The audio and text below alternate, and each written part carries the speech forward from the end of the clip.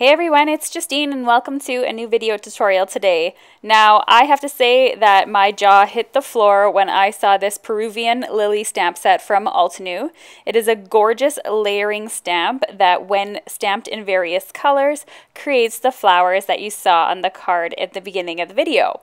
It also comes with a die set that cuts out the flower and the leaf, so pretty simple, and has a really great layering guide on the back. I have to say that layering stamps, I understand, can be super difficult for some people, but this layering stamp was actually quite easy because it has that big gap in the middle. It's easy to line everything up, and the guide makes it super easy. Now, I was not asked to create this video for Altenew. I was not given this product or anything to play with. This was purchased with my own money because I absolutely loved it, so I wanted to do a video recommending it. Okay, so I'm going to show you exactly how you go about stamping this with the layering guide as well as the stamp set. So it says for me to stamp this one first. This is your very start, and with layering stamps, that's usually the case. The stamp that has the most solid space is the stamp that you're going to be doing first. So I'm going to be just stamping on a smaller piece of cardstock here. It's Neenah Solar Weight 80 pound, and I am going to be cutting this out so I didn't make a big full-size card panel.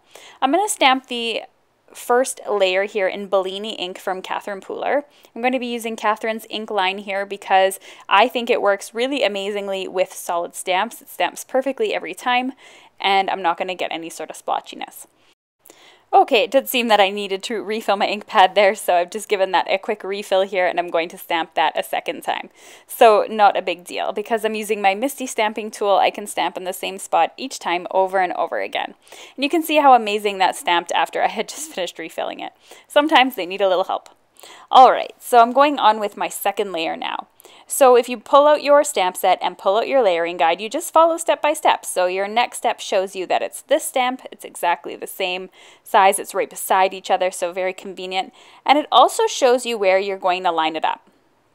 So it actually has an extremely large space. So let me flip over my stamp here in the inside, and that's where that white space goes. So you're going to line it up where the lines show you on the layering guide. So that side area, and then also on the tip on the left side where my finger is pointing, and then also on this side here, it should all line up perfectly. And this stamp, as I said, I have had my challenges with certain layering stamps in the past, but this one really truly is quite easy. So I'm going with my next color, which is going to be Orange Twist. This is slightly darker than the Bellini, and because I stamped the Bellini twice, Bellini is looking a little bit darker than it usually does. But you can see now already the detail in there is becoming already super stunning without even finishing the inside layer. But of course we need to finish the flower, that wouldn't make sense. So now the final little detail on the petals here. So the petals themselves have a 3-layer process. So we did the first one in Bellini, second one in Orange Twist, and now I'm lining up my third one, and you can see again on the layering guide where it needs to line up. And I find this one to be quite easy as well. And I think this particular one, if you were to stamp it slightly off, it wouldn't make a big deal, but try and get it as close as possible. So my next color here that I'm going to be using is Tutti Frutti, which is a little bit darker than the Orange Twist and also goes into more of a pink shade. And you can see that this part of the layer is quite small. So we go smaller and smaller as the layers continue. Absolutely stunning when it's all finished. So I'm just going to give that a quick wipe, and we're going to move on to the inner flower. Okay, so the inside of the flower starts off with this large space. So you're just going to layer it over top of the white area. So this is going to fill in that entire white area. And again, if you go off slightly, it's not the end of the world, you can adjust. I'm going to stamp this in some Limoncello ink, and then I'm just going to stamp that down. You can see how that inner layer just fills with such gorgeousness. The next one you're going to stamp is just slightly smaller. So you can see on the stamp set that there are 4 different sizes of these, and you just need to stamp all 4, and they all line up in the exact same area on the bottom where both sort of leaves that spread out. So if you think of it like bird's wings, they come to a point together. That's where you're going to line it up each time. The second ink I used was Tiara, which is slightly darker than the Limoncello. And then for my third layer, I am going on with my darkest yellow color, which is Tiki Torch, which goes into more of an orange shade. The fourth color that I'm going to be using is just a pink color. It is the smallest one. I'm not really sure if this makes a huge difference in your card adding this fourth layer, but I'm going to add it anyway since that's what it's for. I'm going to use Be Mine, which is pink, but when it's stamped on top of the orange, it just makes the orange look a little bit darker. It doesn't look pink at all. Alright, so now comes the inner layers. So we have this final one here for the actual inside. This is going to create little flecks all over the flower. I'm going to stamp this in Tutti Frutti, which is one of the layers I had used before. And you're going to see that it adds all of those beautiful details onto the stamp set.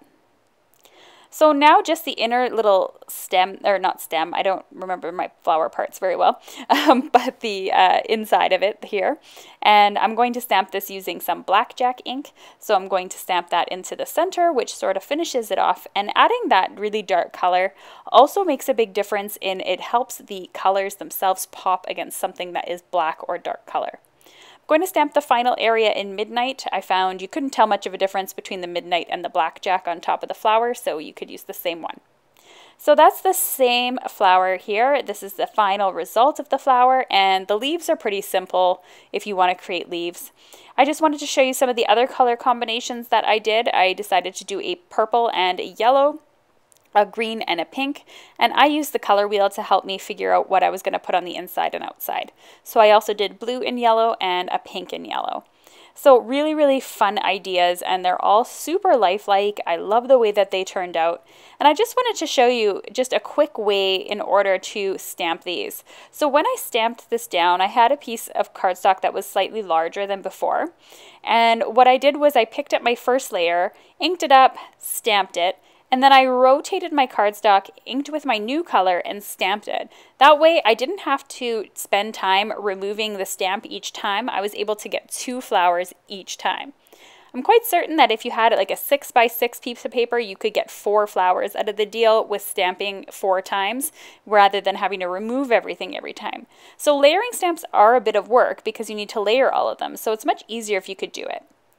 I did that exact same technique where I just rotated my cardstock and I created 4 flowers on the background, and then I created a 5th one to die cut.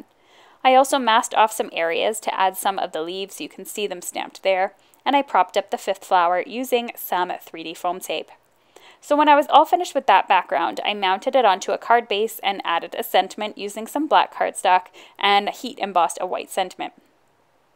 I hope you enjoyed this card tutorial. I hope you enjoyed the little tutorial on how the stamp works and the finished samples as well as the different color combinations.